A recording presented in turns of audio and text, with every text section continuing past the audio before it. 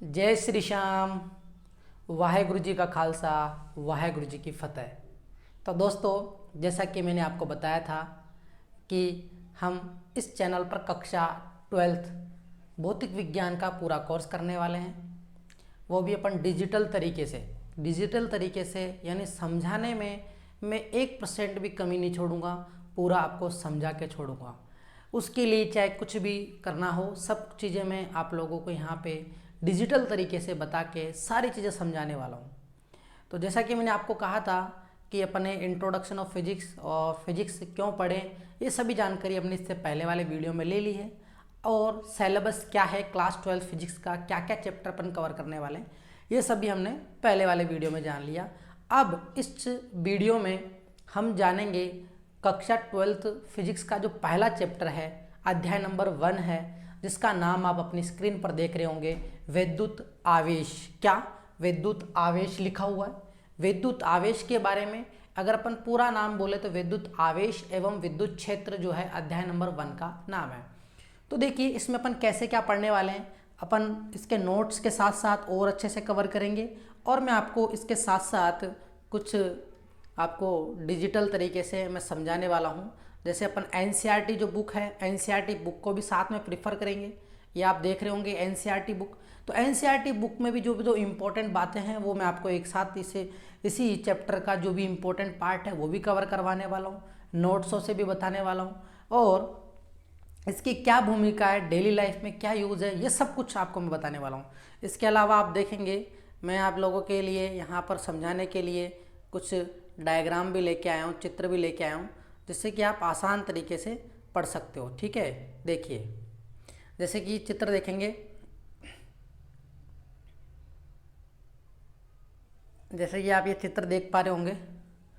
खुल क्यों नहीं रहा भाई?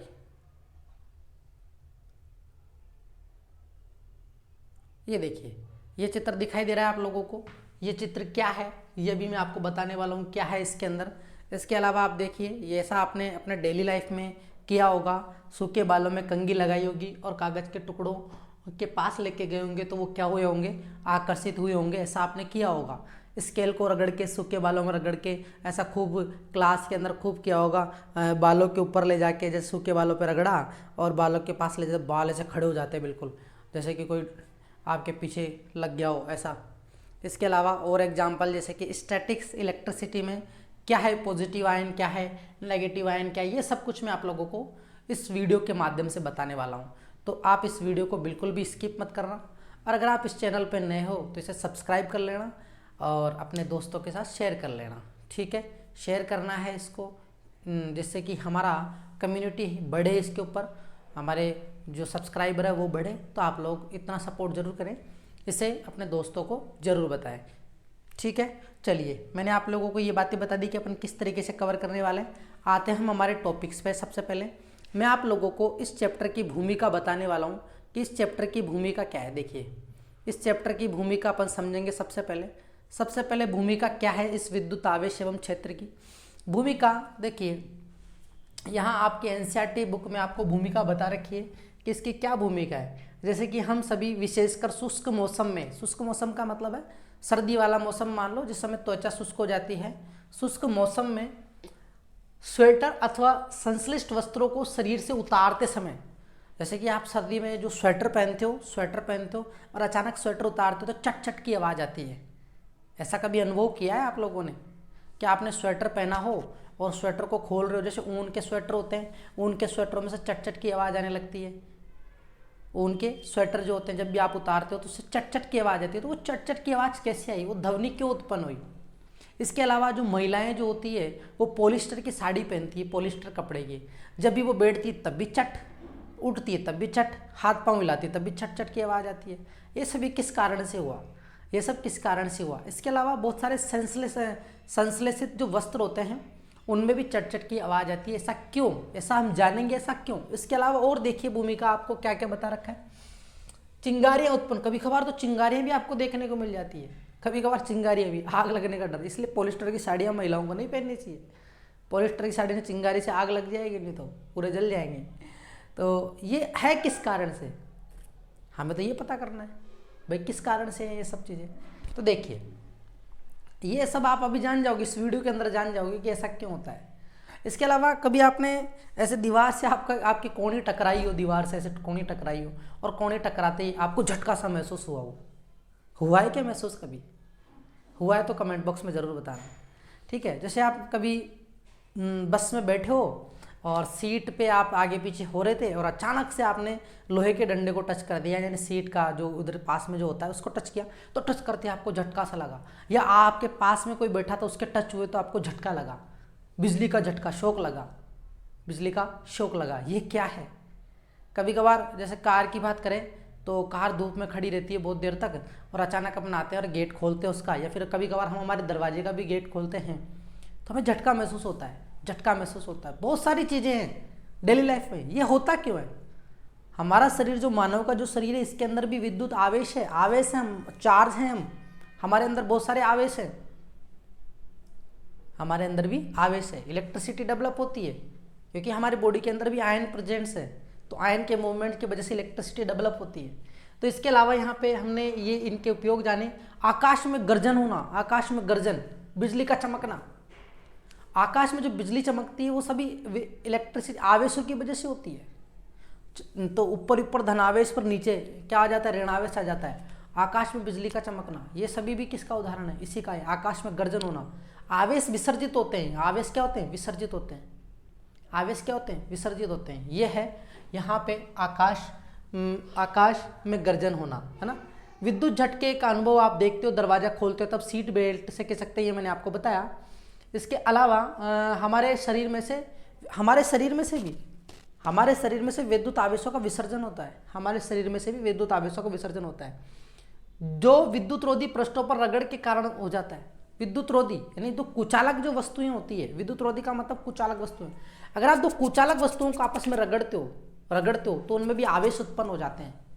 आवेश उत्पन्न हो जाते हैं, घर्षण की वजह से आवेश उत्पन्न हो जाते हैं। क्या? घर्षण की वजह से आवेश उत्पन्न हो जाते हैं। तो वो सभी अपन जानेंगे। देखिए, घर्षण विद्युतिकी, इसीलिए तो इसका नाम घर्षण विद्युतिकी रखा गया है। इसके अलावा अब इस चैप्टर में अपन क्या क्या पढ़ने वाले हैं? इस चैप्टर में अपन पढ़ने वाले हैं स्थिर विद्युतिकी के बारे में और आवेशों द्वारा उत्पन्न बलों के बारे में, विद्युत क्षेत्रों के बारे में और विभवों के बारे में पढ़ने वाले हैं।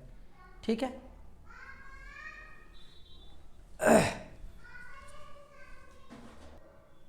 ठीक है। तो इस तरीके से अपन ने ये जान लिया। अगर आपको दिखाई नहीं दे रहा है तो इसको मैं जूम कर देता हूँ। ये देखिए, ये हमने सारे पॉइंट डिस्कस कर लिए। तो अपन इस चैप्टर में क्या क्या पढ़ने वाले हैं? स्थिर वैद्युतिकी के अंतर्गत अपन स्थिर आवेशों का अध्ययन करने वाले हैं। तो यहाँ पर एक शब्द आया स्थिर वैद्युतिकी। स्थिर वैद्युतिकी जो शब्द आया है, इसे इंग्लिश में इलेक्ट्रोस्टैटिक्स बोला जाता है। क्या बोला जाता है? इलेक्ट्रोस्टैटिक्स। यानी इलेक्ट्रो वर्ड जो है वो विद्युत से है, क्योंकि विद्युत इलेक्ट्रिसिटी जो विद्युत है उसका जो शब्द व्युत्पन्न हुआ है वो एक अभी आपको बताएंगे इलेक्ट्रम नाम के शब्द से हुआ है। स्टैटिक्स का मतलब होता है स्थिर। तो स्थिर वैद्युतिकी की परिभाषा अगर अपन दें तो अपन ये दे सकते हैं कि भौतिक विज्ञान की वह शाखा, भौतिक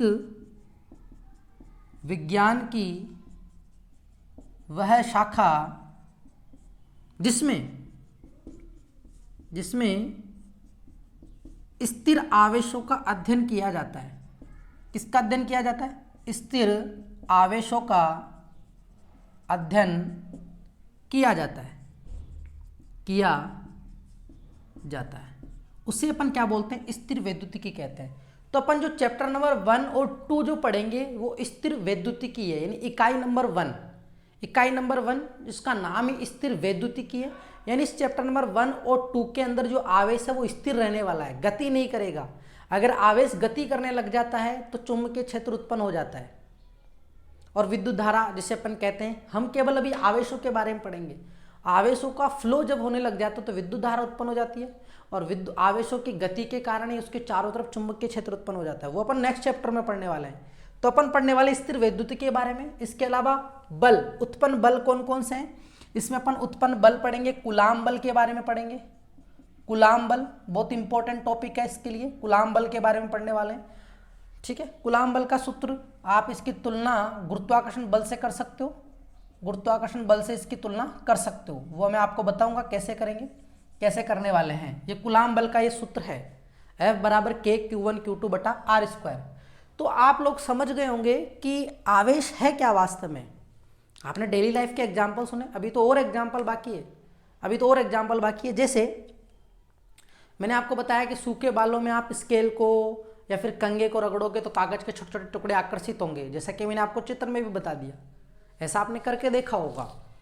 और बिल्ली की जो खाल होती है, यानी जानवर की जो भी खाल है, अगर खाल के ऊपर आपने गुब्बारे को रगड़ दिया, मान लीजिए बर्थडे पार्टी है, बर्थडे पार्टी पे आपको गुब्बारों को दीवारों से चिपकाना है, दीवारों से चिपकाना है। अगर आपको फिजिक्स आती है, आपको पता है कि भाई आकर्षण करना है, तो आपने क्या किया, गुब्बारे को फुलाया और अपने सूखे बालों में रगड़ाया, फिर आपके सूखे बाल नहीं थे तो किसी और के सूखे बालों में जाके आपने रगड़ना चालू कर दिया। या फिर कोई जानवर था, कुत्ता अगर में रहता है, बिल्ली रहता है, तो उसके रगड़ के आपने दीवारों पे चिपका दिया, क्योंकि कुत्ते वगैरह तेल लगाते हैं, सूखे बाल आपको वहीं मिलेंगे, तो आपने रगड़ा और दीवारों से चिपका देगा। ऐसा क्या हुआ, आकर्षण हुआ, यानी आपने दो कुचालक वस्तुओं को आपस में रगड़ा तो उनमें आवेश उत्पन्न हुआ, आकर्षण के कारण वो दीवारों पर चिपक गए, दीवारों पर चिपक जाते हैं वो। ऐसा ही स्केल भी क्या करता है, कागज के छोटे छोटे रगड़ने पर कागज के छोटे छोटे टुकड़ों को अपनी ओर आकर्षित करने लगता है, अपनी ओर क्या करने लगता है, आकर्षित करने लगता है।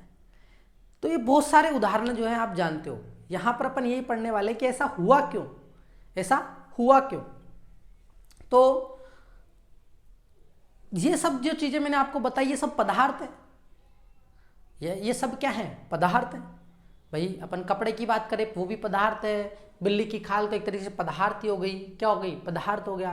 कांच की छड़ हो गई, प्लास्टिक हो गया, ये सब क्या है, पदार्थ है, ये सब पदार्थ है। और पदार्थ जो है, तो पदार्थ के बारे में आप जानते होंगे, वैसे पदार्थ को अपन मैटर भी बोलते हैं, इंग्लिश में क्या बोलते हैं, मैटर। मैटर होता क्या है, जो स्थान घेरता है, कुछ ना कुछ स्थान घेरता है, उसे अपन क्या कहते हैं, मैटर कहते हैं। क्या कहते हैं, मैटर कहते हैं, मैटर कहते हैं। ये परिभाषा आप समझ ही गए होंगे, मैटर कहेंगे उसे। पदार्थ में क्या क्या होता है, पदार्थ में परमाणु होता है। क्या होता है पदार्थ के अंदर, परमाणु। पदार्थ के अंदर क्या उपस्थित होते हैं, परमाणु, क्योंकि पदार्थ जो मिलकर बनता है वो परमाणु से मिलकर बनता है। परमाणु में क्या क्या होते हैं, परमाणु के अंदर होते हैं इलेक्ट्रॉन। परमाणु में क्या क्या होते हैं, इलेक्ट्रॉन, दूसरे नंबर पे प्रोटॉन, तीसरे नंबर पे न्यूट्रॉन। ये जो प्रोटॉन और न्यूट्रॉन रहते हैं, ये तो स्थिर रहते हैं, ये गति नहीं करते हैं, ये स्थिर रहते हैं। और जिस घर के अंदर ये रहते हैं उसे अपन नाभिक बोलते हैं। क्या बोलते हैं, नाभिक। जिस घर के अंदर ये रहते हैं उसे अपन नाभिक बोलते हैं। यह है इलेक्ट्रॉन आवारा, ये घूमता रहता है, ये घूमता रहता है, चक्कर लगाता रहता है, घूमता रहता है, चक्कर लगाता रहता है, चक्कर लगाता है। कौन लगाता है, इलेक्ट्रॉन। परमाणु की संरचना का चित्र आप लोग देखे होंगे, बहुत बार 10वीं क्लास में पढ़ लेते हैं इसको। तो इस तरीके से धनावेश लिखा जाता है और एक गोला बनाया जाता है, और यहाँ पे कक्षाएं बनाई जाती है। यहाँ पे क्या बनाई जाती है, कक्षाएं बनाई जाती है, K L M N, ऐसे कक्षाएं बनाई जाती है। ये जो स्ट्रक्चर आप देख रहे हो, ये परमाणु का है। बीच में धनावेश है और इलेक्ट्रॉन जो भारी कक्षाओं में चक्कर लगा रहा है, तो धनावेश और ऋणावेशों की संख्या बराबर रहती है। परमाणु में धनावेश की संख्या बराबर होती है, ऋणावेशों की संख्या बोल सकते हैं, ऋणावेशों की संख्या। धनावेश बराबर होते हैं किसके, ऋणावेशों के बराबर। अगर धनावेश और ऋणावेश बराबर है तो अपन परमाणु को विद्युत उदासीन बोलते हैं। क्या बोलते हैं, विद्युत उदासीन। तो हमारा जो परमाणु होता है, किसी भी पदार्थ का जो परमाणु होता है, पदार्थ एक उदासीन है, लेकिन घर्षण के कारण ही उसमें आवेश उत्पन्न हो पाते हैं, बिना घर्षण के कारण कुछ नहीं होने वाला। तो प्रोटॉन और न्यूट्रॉन तो यहाँ पे रहते हैं, प्रोटॉन और न्यूट्रॉन। प्रोटॉन पर धनावेश होता है, न्यूट्रॉन उदासीन होता है, न्यूट्रॉन पे कोई चार्ज नहीं होता। और इलेक्ट्रॉन पर ऋणावेश होता है, इलेक्ट्रॉन पर कौन सा आवेश होता है, ऋणावेश होता है। तो प्रोटॉन और न्यूट्रॉन यहाँ तैर रहे हैं, गति कौन करता है, इलेक्ट्रॉन। तो जब भी आप पदार्थों को आपस में रगड़ोगे तो स्थानांतरण किसका होगा, इलेक्ट्रॉन का होगा। स्थानांतरण किसका होगा, इलेक्ट्रॉन का होगा। इलेक्ट्रॉन क्या करेंगे, आदान प्रदान करेंगे। या तो एक पदार्थ ने अगर इलेक्ट्रॉन दे दिया तो देने वाला हो गया, और उसने ले लिया तो लेने वाला हो गया। अब इसके आगे समझेंगे कि देने वाला है तो उसे अपन क्या कहेंगे, लेने वाला है तो उसे अपन क्या कहेंगे। तो आपको ये बात तो समझ में आ गई होगी कि भाई पदार्थ जो है वो परमाणु से मिलकर बना होता है, और परमाणु के अंदर इलेक्ट्रॉन, प्रोटॉन और न्यूट्रॉन होते हैं। प्रोटॉन और न्यूट्रॉन जिस घर में रहते हैं उसे नाभिक कहते हैं, और ये स्थिर होते हैं। इनकी गति नहीं होती है, गति केवल होती है इलेक्ट्रॉन की। किसकी होती है? इलेक्ट्रॉन की गति होती है। तो इलेक्ट्रॉन की गति होती है, इसीलिए जब भी आप दो वस्तुओं को रगड़ते हो तो इलेक्ट्रॉन आवेश ट्रांसफर हो रहा है। आवेश क्या हो रहा है? ट्रांसफर हो रहा है। आवेश, कौन सा आवेश? इलेक्ट्रॉन। कौन सा आवेश? इलेक्ट्रॉन। आवेश हमारे अंदर भी आवेश है, हर पदार्थ के अंदर आवेश है, हमारे अंदर भी आवेश है। क्या है? आवेश है। ठीक है, आवेश सभी के अंदर है। तो आवेश के बारे में अपन ने ये जान लिया। अब इसके बाद में देखिए, यहां विद्युत आवेश की परिभाषा अपन जानने वाले हैं कि विद्युत आवेश किसे कहते हैं। विद्युत आवेश किसे कहते हैं? तो विद्युत आवेश की परिभाषा आपको मैं अच्छे से याद करवा देता हूं साथ के साथ ही। देखिए, विद्युत आवेश, विद्युत आवेश इंग्लिश में क्या बोलेंगे? विद्युत आवेश को अपन इंग्लिश में क्या बोलेंगे? इंग्लिश में क्या बोलने वाले हैं? इंग्लिश में अपन विद्युत आवेश को बोलेंगे electric charge. Electric charge, charge, charge, charge आवेश है, चार्जिंग करना, आईएनजी लगा दिया, यानी आवेश दे रहे हो आप, उसमें इकट्ठा कर रहे हो। मोबाइल को चार्जिंग करते हैं ना अपन, तो वो आवेश देना होता है। उसे क्या होता है? आवेश देना होता है। तो विद्युत आवेश को अपन इलेक्ट्रिक चार्ज बोलेंगे। अब इलेक्ट्रिक चार्ज को पढ़ने से पहले मैं आप लोगों को कुछ इंपॉर्टेंट बातें बताता हूँ। देखिए, अपन इतिहास की बात करें, हमारे इतिहास में लगभग 600 ईसा पूर्व एक तथ्य की खोज करी थी। उस तथ्य की खोज करने वाले वैज्ञानिक का नाम था थेलस। क्या नाम था उसका? थेलस। थेलस नाम के वैज्ञानिक ने क्या किया उसने? ऊन, या तो ऊन या फिर कोई रेशमी वस्त्र का जो कपड़ा था, रेशमी वस्त्र का कपड़ा, तो उसे एम्बर से रगड़ा। अब ये एम्बर क्या है? देखिए, एम्बर, यहां पे शब्द आया एम्बर। ये एम्बर क्या है? Amber, what is amber? Amber एक जीवाश्मीय पदार्थ है। जीवाश्मीय पदार्थ है। जीवाश्मीय पदार्थ क्यों बोला? क्योंकि ये जो है, जैसे कि कोई पेड़ था, उस पेड़ से गोंद निकलता था, उस गोंद के अंदर कोई मच्छर, कोई कीड़े वगैरह उसमें फंस जाते हैं, उस गोंद के अंदर आ जाते हैं और वो मर जाते हैं, और वो बहुत लंबे समय तक रहते हैं। तो उसे अपन जीवाश्म बोलते हैं। क्या बोलते हैं? जीवाश्म। रेजिन पदार्थ, रेजिन का मतलब ये गोंद से मिले हैं। जीवाश्म रेजिन पदार्थ होते हैं, और ये पाए कहाँ जाते हैं? ये बाल्टिक सागर के किनारे पाए जाते हैं। ये बाल्टिक सागर के किनारे पाए जाते हैं। बाल्टिक सागर के किनारे ये एम्बर पाया जाता है। ये एम्बर जो है एक जीवाश्म रेजिन पदार्थ है। कैसा है, मैं आपको चित्र के माध्यम से बताता हूँ कि रेजिन कैसा होता है। रेजिन का चित्र आप देखना, रेजिन का चित्र ये देखिए। रेजिन देख रहे हो आप? यहाँ पे आप रेजिन देख पा रहे होंगे। इसके बहुत सारे आभूषण भी बनते हैं, गले का लॉकेट वगैरह बनता है। बहुत महंगा है ये। देखिए, इसके अंदर ये गोंद है, ऐसा गोंद था पेड़ का, और उसके अंदर क्या है, ये देखो कोई कीड़ा फंस गया और ये मर गया, इसके अंदर से मर गया। अब ये तो इसके अंदर ये मर गया, तो इसके अंदर क्या है? आवेश। अगर आप इसको रगड़ोगे किसी से तो आवेश उत्पन्न होगा।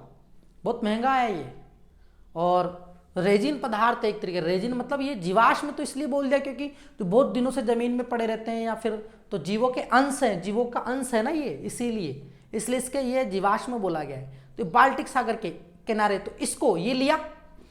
अब आप देख लीजिए, ये लिया और एक ऊन का कपड़ा लिया। जैसे मान लो ये एम्बर है और ये ऊन का कपड़ा, इसको रगड़ा। क्या किया? रगड़ा, बहुत देर तक रगड़ा। तो बहुत देर से रगड़ने से क्या हुआ? रगड़ने से वो देखना आप। रगड़ने से क्या हुआ? चार्ज उत्पन्न हुए, यानी उस पदार्थ को फिर अपन किसी और के पास लेके गए तो वो हल्की वस्तुओं को आकर्षित करने लग गया। यानी रेशमी वस्त्र से रगड़ा या ऊन से रगड़ा तो एम्बर हल्की, तो रगड़ा गया तो एम्बर हल्की वस्तुओं को आकर्षित करने लग गया। फिर एम्बर को आप हल्की वस्तुएं, मान लीजिए कोई कागज के टुकड़े हो गए, या धूल मिट्टी के कण हो गए, या जो अपन कहते हैं घास वगैरह हो गई, तिनका हो गया, उन सभी को, हल्की वस्तुओं को अपनी ओर आकर्षित करने लग गया। क्या करने लग गया? आकर्षित करने लग गया। तो आकर्षित करने से क्या महसूस हुआ कि भाई ऐसा क्या जादू है, ऐसा क्या जादू है कि अपन ने तो दो पदार्थों को आपस में रगड़ा और वो उनको आकर्षित करने लग गया। और ये दिमाग में किसके आया? थैलस के आया। किसके आया? थैलस का। इसीलिए घर्षण विद्युतिकी का जनक हो या फिर अपन कह सकते हैं इलेक्ट्रिसिटी के बारे में बताने वाला और इनको रगड़ के इस इलेक्ट्रिसिटी इसके बारे में जो बताने वाला था उसका श्रेय किसको गया है? थैलस को गया है। किसको गया है? थैलस को गया है। तो इलेक्ट्रिसिटी शब्द भी ग्रीस की भाषा के शब्द इलेक्ट्रॉन से व्युत्पन्न हुआ है जिसका अर्थ एम्बर है।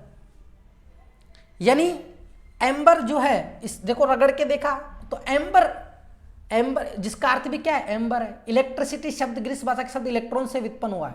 तो इलेक्ट्रिसिटी देखिए, इलेक्ट्रिसिटी जो वर्ड है किससे उत्पन्न हुआ है? इलेक्ट्रॉन से। किससे उत्पन्न हुआ है? इलेक्ट्रॉन से। और इलेक्ट्रॉन का जो अर्थ निकलता है वही क्या निकलता है? एम्बर निकलता है। क्या निकलता है? एम्बर निकलता है।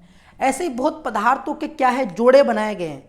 जैसे कि ऊन के कपड़े को अपन एम्बर से रगड़ेंगे, सूखे बाल को रगड़ेंगे, सूखे बालों को कंघे से रगड़ेंगे, कारपेट को रगड़ेंगे।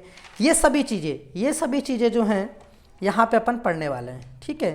तो इतिहास के जो है मैंने आपको बताया थैलस के बारे में। तो थैलस ने सबसे पहले दो पदार्थ काम में लिए थे। वो क्या था? ऊन का कपड़ा या रेशमी कपड़ा या फिर एम्बर। ठीक है। और एम्बर के बारे में आप जान गए, पीले रंग का होता है। आपने चित्र में भी देख लिया था। ये एम्बर कैसे रंग का होता है? पीले रंग का होता है। कैसे रंग का होता है? एम्बर पीले रंग का होता है। और ये बाल्टिक सागर है, सजावट में भी काम में लेते हैं। तो आप समझ गए होंगे। समझ गए? ठीक है। यहाँ तक कोई दिक्कत?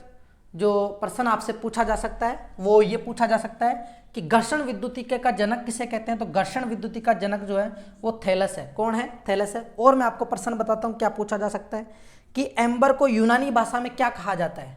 यानी आपसे एम्बर के बारे में पूछा जा सकता है कि एम्बर को यूनानी भाषा में क्या कहा जाता है। तो आप लिखेंगे इलेक्ट्रॉन कहा जाता है। क्या कहा जाता है? इलेक्ट्रॉन कहा जाता है। और इसी एम्बर का नाम ही इलेक्ट्रॉन था। इसी से इलेक्ट्रिसिटी शब्द की व्युत्पत्ति हुई है। इसी फिर शाखा को पूरे को क्या बोला गया? इलेक्ट्रिसिटी बोला गया। क्या बोला गया? इलेक्ट्रिसिटी बोला गया। तो आप यहाँ और भी जोड़े देख सकते हो वो जिनको आप परस्पर रगड़ के आप ये पता लगा सकते हो। जैसे कि यहाँ पे आप चित्र देख रहे होंगे, रेशम का धागा, कांच की छड़। देख रहे हो? रेशम का धागा और रेशम का धागा है और कांच की छड़ को आपस में रगड़ रहे हैं। कांच की छड़ को तो क्या हो रहा है? ये प्लास्टिक की छड़ को इनको रगड़ रहे हैं तो क्या हो रहा है? तो यहाँ पे आप देखोगे सजातीय आवेश और विजातीय आवेश के बारे में बताया गया। क्या है ये सभी आप लोगों को मैं बता दूंगा अभी क्या है। देखिए इतना आप लोग समझ गए होंगे, मेरे को उम्मीद है या आशा है आपको समझ में आ रहा है। अगर समझ में नहीं आ रहा है तो आप कमेंट बॉक्स में ज़रूर बताना। ठीक है। और अच्छे से समझाने की कोशिश करें। वैसे तो अच्छे से समझाया जा रहा है, नहीं तो आप एक बार बैक करके देख लेना।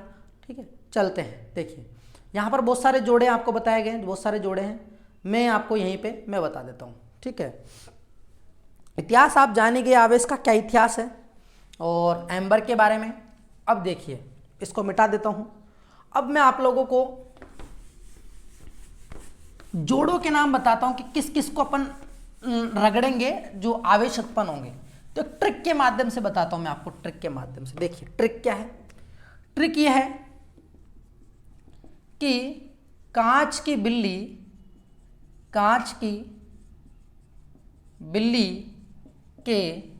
बिल्ली के सूखे बाल है।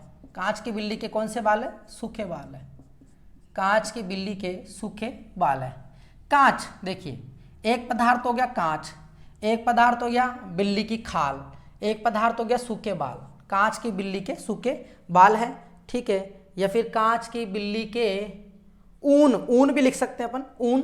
ऊन के सूखे बाल है। ये लाइन याद कर लेना। ऊन एक पदार्थ ऊन हो गया, सूखे बाल हो गए। ज़्यादातर इन पदार्थों को अपन रगड़ते हैं। ध्यान देना ये पदार्थ धनात्मक आते हैं। क्या आते हैं? धनात्मक। कांच पे भी धनावेश आएगा, बिल्ली की खाल पे भी धनावेश आएगा, ऊन पर भी धनावेश आएगा, सूखे बाल पर भी धनात्मक आवेश आएगा। इसके अलावा ऋणात्मक आवेश किस पर आता है? एम्बर जो पदार्थ है एम्बर, इस पर ऋणावेश आता है, एम्बर आता है। इसके अलावा सूखे बाल को किससे रगड़ेंगे? कंघे से रगड़ेंगे। कांच की छड़ को किससे रगड़ दिया? इससे कंबेर से रगड़ दिया। बिल्ली की खाल को किससे रगड़ लिया? एम्बर से रगड़ दिया।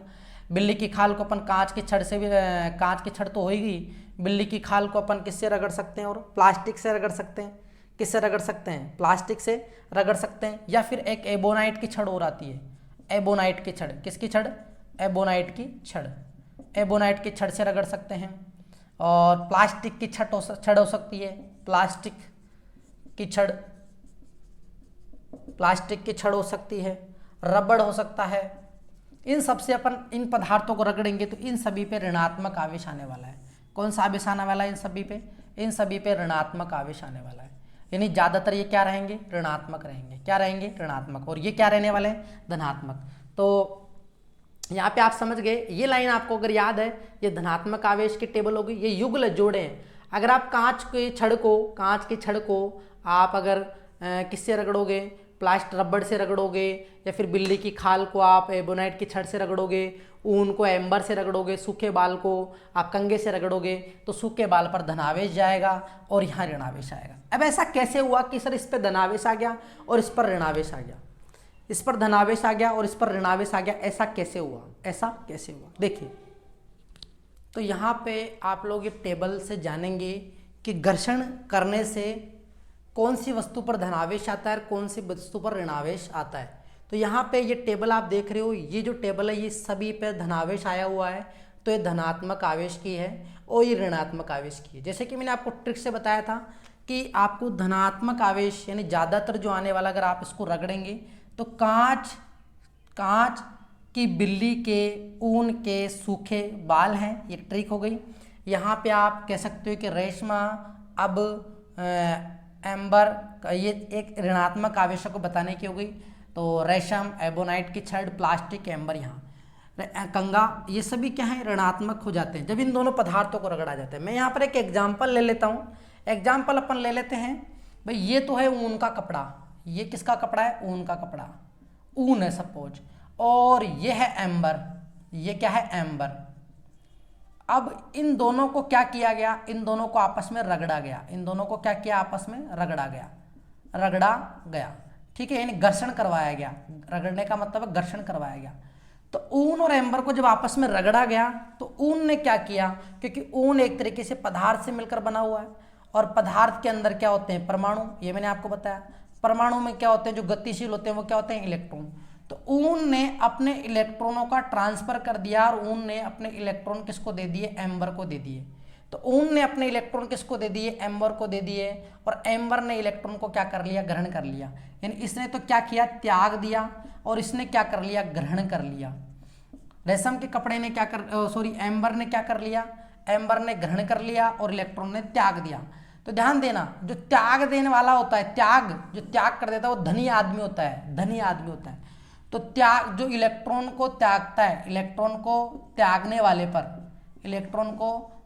वाले पर आता है धनात्मक आवेश। क्या आता है? धनात्मक आवेश। इसके अलावा जो इलेक्ट्रॉन को ग्रहण करते हैं, जो इलेक्ट्रॉन को, जैसे कि अपन किसी को पैसे दे रहे हैं और वो ग्रहण कर लिया तो वो ऋणी हो जाता है, तो उसे अपन कहते हैं ऋणात्मक आवेश। क्या कहते हैं? ऋणात्मक आवेश। तो यहां पे हमने समझा कि आवेश क्या है। पहली बात तो आप यहां पे जानना, आवेश क्या है? आवेश किसी पदार्थ का एक ऐसा आंतरिक गुण है। आवेश किसी पदार्थ का, जैसे पदार्थ है, किसी पदार्थ का आंतरिक गुण है जो घर्षण के कारण क्या कर दे? उनको आकर्षित कर दे, या फिर प्रतिकर्षित कर दे, या फिर उसे विद्युत में कर दे, यानी उसमें आवेश उत्पन्न कर, उसमें विद्युत में कर दे। क्या कर दे? विद्युत में कर दे, उसे अपन आवेश कहते हैं। तो आवेश किसी भी पदार्थ का या किसी वस्तु का आंतरिक गुण होता है, जिसके कारण वस्तुएं क्या होती है? विद्युत में हो जाती है। क्या हो जाती है? विद्युत में हो जाती है। या फिर आप कह सकते हो कि आवेश किसी पदार्थ का वह आंतरिक गुण है जिसके कारण वह विद्युत बल और चुंबकीय बल के प्रभाव को उत्पन्न कर सके। विद्युत बल व चुंबकीय बल के प्रभाव को उत्पन्न कर सके, उसे अपन विद्युत आवेश कहते हैं। और यहाँ पे स्थानांतरण की वजह से, यानी इलेक्ट्रॉनों के आदान प्रदान की वजह से, इलेक्ट्रॉनों के विनिमय के आधार पर यहाँ पर आवेश दो प्रकार के हो जाते हैं, एक धनात्मक हो जाता है और एक ऋणात्मक हो जाता है। इलेक्ट्रॉनों का आदान प्रदान हो रहा है, विनिमय, लेने वाला ऋणी ऋणात्मक आवेश, देने वाला धनी तो धनात्मक आवेश। तो यहाँ पे अपन ने जाना आवेश, विद्युत आवेश की परिभाषा जो बिल्कुल सटीक दी हुई है वो ये है कि विद्युत आवेश पदार्थ का वह गुण है जिस कारण यहाँ पे इसको मैं और जूम कर देता हूँ जिससे कि आपको अच्छे से दिखाई दे। ठीक है, ये लीजिए। ठीक है, वैद्युत आवेश पदार्थ का वह गुण है जिस कारण वह विद्युत एवं चुंबकीय प्रभाव उत्पन्न करता हो या इनका अनुभव करता हो। तो ये बिल्कुल सटीक है, बिल्कुल शॉर्ट में परिभाषा है। आप समझ गए होंगे कि विद्युत आवेश पदार्थ का वह गुण है जिस कारण से वो विद्युत यानी आवेशों का आदान प्रदान कर रहा है। ये चुंबकीय प्रभाव अपन नेक्स्ट चैप्टर में पढ़ने वाले हैं, तो चुंबकीय प्रभाव कैसे उत्पन्न करता है या फिर कैसे अनुभव करता है ये सब अपन जानने वाले हैं। तो यहाँ से आपने इस एग्जाम्पल के थ्रू आपने जाना कि इसने अगर इलेक्ट्रॉन त्याग दिया तो इसके ऊपर तो धनावेश आ गया, और इसने इलेक्ट्रॉन ग्रहण कर लिया तो इस पर ऋणावेश आ गया। तो जैसा कि आप यहाँ पे देख रहे हैं, ऊन जो है कौन सी कैटेगरी में आ रही है, धनात्मक में, और एम्बर कौन सी कैटेगरी में आ रहा है, यहाँ पे ऋणात्मक आवेश में। और एम्बर का जो यूनानी भाषा में, ग्रीक भाषा में जो नाम है वो क्या है, इलेक्ट्रॉन है। क्या है, इलेक्ट्रॉन। तो यहाँ पर आदान प्रदान भी किसका हो रहा है, इलेक्ट्रॉन का हो रहा है। अब आप इस एम्बर को क्या करोगे, एम्बर पे कौन सा आवेश आ गया, ऋणावेश आ गया।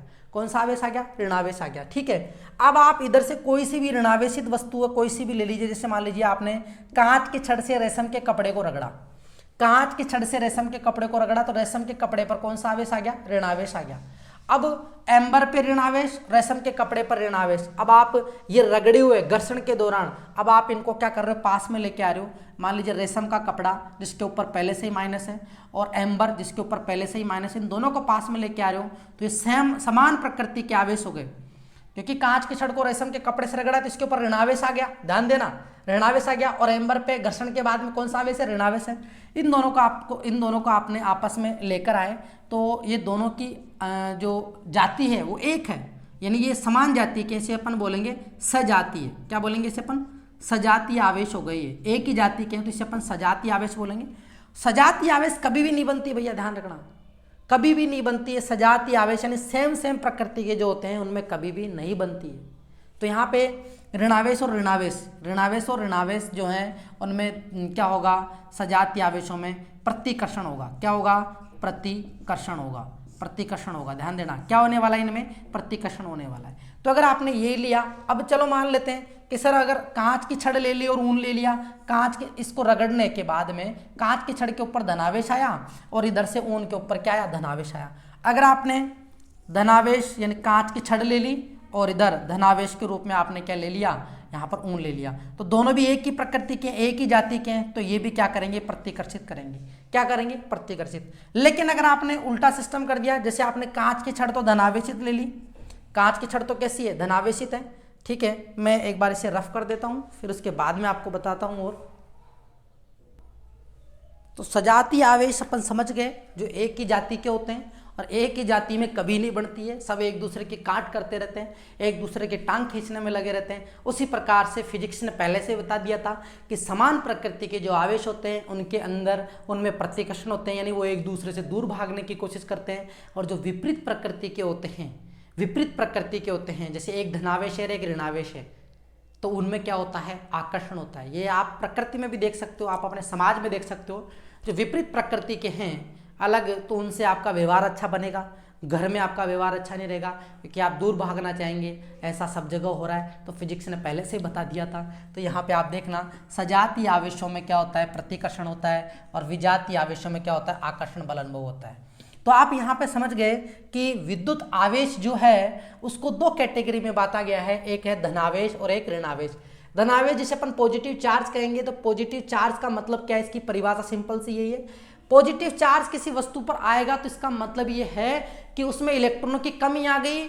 दूसरे शब्दों में कहें कि उसने इलेक्ट्रॉनों को त्याग दिया या इलेक्ट्रॉन की कमी आ गई उसके अंदर। तो यहाँ पे इसकी परिभाषा है पॉजिटिव चार्ज की, किसी वस्तु पर धनावेश उसकी सामान्य अवस्था से इलेक्ट्रॉन की कमी को प्रदर्शित करता है, यानी आप यहाँ धनावेश के बारे में और क्या क्या कह सकते हो। धनावेश, क्योंकि विद्युत आवेश दो प्रकार के हो गए, परिभाषा अपन समझ गए कि धनावेश की परिभाषा क्या है। धनावेश का मतलब यह है कि इलेक्ट्रॉन का त्यागना, इलेक्ट्रॉन त्यागा। अरे जब इलेक्ट्रॉन का त्याग करेगा तो इलेक्ट्रॉन की क्या आएगी, कमी आएगी, इलेक्ट्रॉन की कमी आएगी। क्या आएगी, इलेक्ट्रॉन की कमी आएगी। ठीक है, ऋणावेश की बात करते हैं तो ऋणावेश में क्या होगा, ऋणावेश में वो इलेक्ट्रॉन ग्रहण करता है, इलेक्ट्रॉन ग्रहण करेगा, और अगर इलेक्ट्रॉन ग्रहण करेगा तो इलेक्ट्रॉन के उस पदार्थ पर क्या होगी, वृद्धि होगी। क्या होगी, वृद्धि होगी। तो आप इस आधार पर भी दे सकते हो परिभाषा या फिर इस आधार पर भी दे सकते हो। तो यहाँ पर जो परिभाषा दी हुई है वो इलेक्ट्रॉन की कमी को दर्शाता है धनावेश, और ऋणावेश जो होता है वो सामान्य अवस्था से इलेक्ट्रॉन की अधिकता को दर्शाता है, यानी वृद्धि को प्रदर्शित करता है। तो समझ गए होंगे आप लोग धनावेश किसे कहते हैं, ऋणावेश किसे कहते हैं। ठीक है, अब आप यहाँ धनावेश जो होता है वो प्रोटॉन होता है। क्या होता है धनावेश, क्या होता है, प्रोटॉन होता है, ये भी जान लेना। प्रोटॉन पर हमेशा धनावेश आता है और इलेक्ट्रॉन पर क्या आता है, ऋणावेश आता है। इलेक्ट्रॉन पर कौन सा आवेश आता है, ऋणावेश। प्रोटॉन पॉजिटिव, इलेक्ट्रॉन नेगेटिव, इनके ऊपर आवेश का मान तो समान होता है। आवेश का मान कितना होता है, क्या आप लोगों को याद है, नहीं याद है तो देखिए 1.6 गुणा 10 की घात -19 कुलाम। कुलाम, अब ये कुलाम क्या है अभी आप जानोगे। कुलाम क्या है, 1.6 गुणा 10 की घात -19 कुलाम। ये जो है ये प्रोटॉन पर आवेश का मान होता है और ये जो है इलेक्ट्रॉन पर आवेश का मान होता है, ये इलेक्ट्रॉन पर आवेश का मान है। कुलाम जो है वो कितना आवेश, उसका मात्रक है। भैया अपन मात्रक 11th क्लास में पढ़ के आए हैं, मात्रक स्टैंडर्ड मान। भैया आप किसी चीज़ का मेजरमेंट कर रहे हो तो किस आधार पर कर रहे हो। अपन कहेंगे कि इस पदार्थ के अंदर इतने सारे आवेश है तो कैसे पता लगेगा। तो यहाँ पर अपन आवेश का मात्रक लेते हैं कुलाम। आवेश का मात्रक क्या होता है, यहाँ पर अपन जान गए आवेश का जो मात्रक होता है, आवेश का जो मात्रक होता है वो क्या होता है, कुलाम होता है। आवेश का मात्रक कुलाम, याद कर लेना, वेरी इंपॉर्टेंट है।